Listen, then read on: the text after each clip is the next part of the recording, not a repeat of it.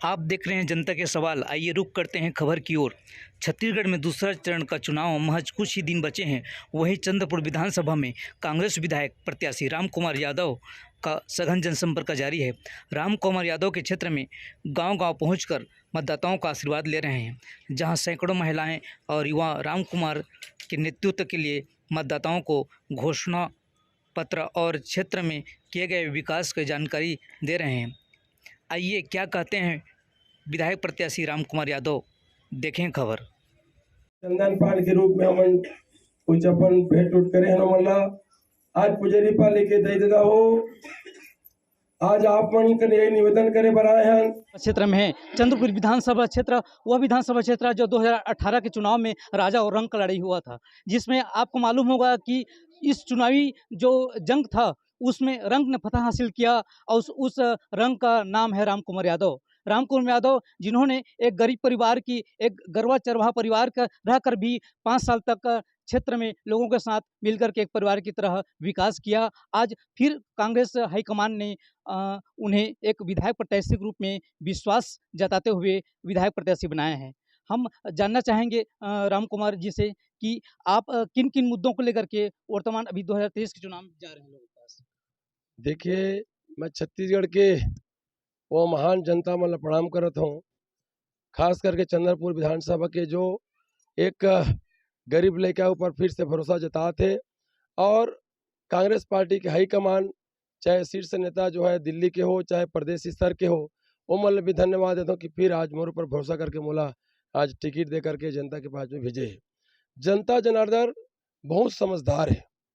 छत्तीसगढ़ के जनता जिस प्रकार से 15 साल में अपने आप ला छलावा महसूस करे रही, चाहे वो गांव के गरीब हो, चाहे किसान वर्ग हो, चाहे बेरोजगार युवा साथी हो, चाहे वो कोई भी वर्ग हो, चाहे एसटी, एससी, ओबीसी, और यहाँ तक कि जो सामान्य वर्ग गरीब वर्ग है, वो मन भी अपने आप ला 15 साल तक वो मन ठगा हुआ महसूस करत है। विशेष करके चंद्रपुर के जनता की अगर बात किया जाए तो आज 15 साल तक कांग्रेस के सरकार न बना करके भारतीय जनता पार्टी की सरकार बनी। यहाँ पर राजा नहीं महाराजा ला मौका देगी, लेकिन हुई इसका जैसे छत्तीसगढ़ में कहावत है कि कोई भी चीज ला हम अतका उम्मीद के साथ में करता, लेकिन अगर कुछ हासिल नहीं हुआ है लेकिन एक गरीब के लड़का ला एक तरफ राज परिवार के लड़का ओकर घर वाली खड़े रही से सौगीता सिंह जो राजा महाराजा है, एक तरफ एक गरीब के कोख ला जन्मने वाला जे गरीबी देखे, भूखमरी देखे। अभी राशन कार्ड के बात ला बतात रहे, हमारे घर में राशन कार्ड सबसे ज्यादा महंगा रहे। हमारे घर तो कोई खेत डोली रहीस नहीं है, तो पर्चा तो हमारे घर नहीं है, तो पर्चा रहती तो पर्चा लुका के रखते, तो राशन कार्ड हम रुका के रखे रहन। तो उसने घर के लड़का ला आज विधायक बना करके क्षेत्र के जनता मन भेजे रही। तो 5 साल में मात्र हमला 2 साल ही काम करे के मौका मिलिस। 1 साल चुनाव, 2 साल कोरोना काल। लेकिन कोरोना काल में भी हम जो है ये अवसर नहीं बनाए। मोदी जी बोलते कि आपदा को अवसर बना लो, लेकिन हमारे कहना आपदा का अवसर मत बनाओ, आपदा के समय में सेवा करो, उसको अवसर मत बनाओ। सेवा भाव से हम गांव-गांव घूमें, गरीब मन के बैठे, जोन भी बनी अपन वेतन के पैसा से वो मन के सहयोग करें। छत्तीसगढ़ में मैं तो कहता पहला विधायक हुई जो कोरोना सेंटर अपन खुद के वेतन से और जन समुदाय के सहयोग से कोरोना सेंटर स्वयं अलग से बना करके काम करते रहे। तो ये बहुत सारा ऐसा विषय अभी मैं बताते रहे कि विधायक बनने के बाद बड़े बड़े आदमी सोचते कि राइस मिल के लिए एनओसी देना है, बड़े बड़े उद्योगपति के लिए जमीन तैयार करना है, उसके लिए परिवहन विभाग से एनओसी दिलाना है, ये काम करते। लेकिन राम कुमार यादव विधायक बनिस तो बड़े आदमी के भी काम की, तो गांव के राशन कार्ड भी जाकर के बैठ करके आधार कार्ड ले करके गरीब के लिए राशन कार्ड भी बनवाया जाए। कहे का मतलब गरीब से गरीब और अमीर के अमीर सब ला समन्वय बना करके हम काम करे के प्रयास करे हैं। एक लिए भरोसा है कि फिर लोकतंत्र में महात्मा गांधी जी, बाबा साहब अम्बेडकर जी के विचार जो वोट जो अधिकार दे है, वो गरीब मन अपन वोट के अधिकार करके अपन बीच के बेटा किसान गरीब के बेटा ला फिर से विधानसभा में भेजी। लोकतंत्र जीती, नोट वाला हारेगा, अब वोट वाला जीतेगा। राम कुमार जी बताएंगे अभी किसानों को साधने के लिए इन्होंने 21 क्विंटल और 3100 की बात की है, इस बारे में क्या कहना चाहेंगे? देखिए, किसान की अगर बात किया जाए तो आपके चैनल के माध्यम से तमाम जितने दर्शक देख रहे हैं उनको मैं कहना चाहता हूं, ये वही भारतीय जनता पार्टी है जिन्होंने मात्र 10 कुंटल धान खरीदते थे, लेकिन कांग्रेस के हमारे वरिष्ठ नेताओं के द्वारा, छत्तीसगढ़ के जनताओं के द्वारा दबाव बनाया गया, तो डर करके उसको जो है बड़ा मुश्किल से 15 कुंटल किए थे। और ये जब जब भी चुनाव आता था तो बोलते थे कि मैं 21 रुपये में समर्थन मूल्य में धान खरीदूंगा, 300 रुपये में बोनस दूंगा, ये उनका कहना रहता था। मैं कोई झूठ बात नहीं बोल रहा हूँ। आप लोग जितने भी दर्शक देख रहे हैं, इस बात को, मेरे बात को सुनना और अपने दिल को आप गुनना। आप उस समय बात याद कर रहे हैं कि 300 रुपये बोनस तो दिए नहीं, 21 रुपये समर्थन मूल्य नहीं दिए, और अगर कांग्रेस के नेता जनताओं के द्वारा, आम किसानों के द्वारा कुछ बोला जाता था उसको दबाया जाता था। लेकिन जैसे ही हमारी सरकार बना, तो इसीलिए तो बोलते हैं कांग्रेस की सरकार मतलब गरीबों, किसानों, आदिवासियों, पिछड़ों और हमारे दलित सभी वर्ग, सर्वहारा समाज का कांग्रेस लेके चलता है करके।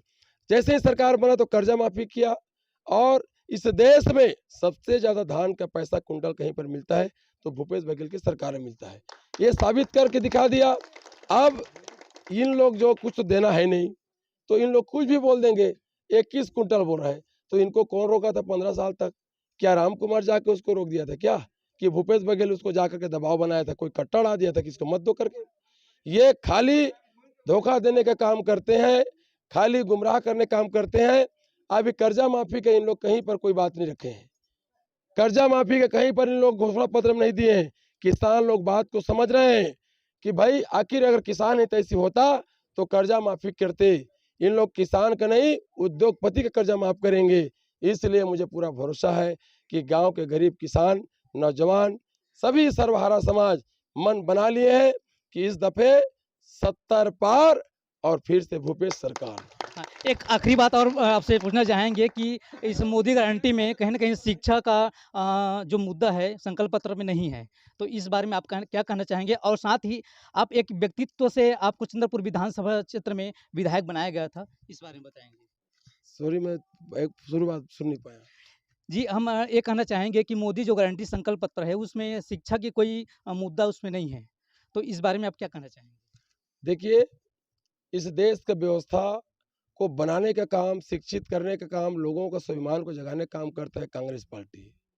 ये संत महापुरुषों के विचार में चलता है। वो कांग्रेस का जो शीर्ष नेता ये सोचते हैं कि किसी भी गरीब को उसका स्वाभिमान को जगा दो, उनका शिक्षा के स्तर को आगे बढ़ा दो, तो स्वयं वो संघर्ष करके अपने मंजिल को प्राप्त कर लेगा। ये एक एक बेस होता है। और भारतीय जनता पार्टी का ये सोच रहता है कि लोग अगर जाग जाएंगे, शिक्षित हो जाएंगे, ये अपना जो हम लोग जो कहते हैं कि दुनिया भर का जो है बात फैलाते हैं, धर्म के, एक धर्म को दूसरे धर्म से लड़ाना, एक जाति से दूसरा जाति को लड़ाना, ये अगर हम पढ़ लिख के तैयार हो जाएंगे तो इसको बात को समझ जाएंगे। इसलिए शिक्षा व्यवस्था को कमजोर करके रखना चाहते हैं। और हमारी सरकार क्या बोला है, आज हमारे गांव के बच्चे लोग जब कॉलेज करने जाते हैं तो माँ बाप जम्मू कश्मीर में जाके ईटा बना के उसको फीस को देते हैं, बोलते हैं कि पिताजी फीस पटाना है, पैसा ला भेज। तो मेरे माँ बाप गरीब लोग ईटा बना के पैसों को भेज करके अपने बेटों को भर्ती कराते हैं। हमारी सरकार ये बात को सोचा कि किसी को उसका भर पेट खाना भी दो, उसको स्वाभिमान के साथ जिंदगी भी जियाओ, उसको शिक्षित बनाओ। ये हमारी सरकार का सोच है, इसलिए शिक्षा व्यवस्था की बात किए हैं। और मुझे भरोसा है कि दुनिया में कहने वाले कहें बड़े महापुरुष कि शिक्षा वो शेरनी के दूध है, जो भी पिएगा वो गुर्राएगा। तो आज हम ऐसा घुटी पिला रहे हैं शिक्षा के माध्यम से। कांग्रेस पार्टी हमारे गरीब समाज, किसान वर्ग के लोग, जो मध्य वर्ग के लोग अगर पढ़ के तैयार हो जाएंगे तो मुझे कहने होते अत्यंत हर्ष हो रहा है कि जो आज 10 साल में जो पीछा किया हमारे इस देश को, वो फिर से इन लोग शिक्षित बन के उस लेवल में ला देगा। मुझे पूरा भरोसा है मेरे कांग्रेस पार्टी की विचारधारा पर। हम बात कर रहे थे विधायक चंद्रपुर विधायक प्रत्याशी राम कुमार यादव से। कहीं न कहीं इनका कहना है कि जमीनी स्तर से जो मुद्दे होते हैं वही कांग्रेस अपने लोगों के लिए सेवा करते हुए आ रहे हैं। मैं हेमसागर श्रीवास, जनता के सवाल के लिए कैमरामैन रवि के साथ।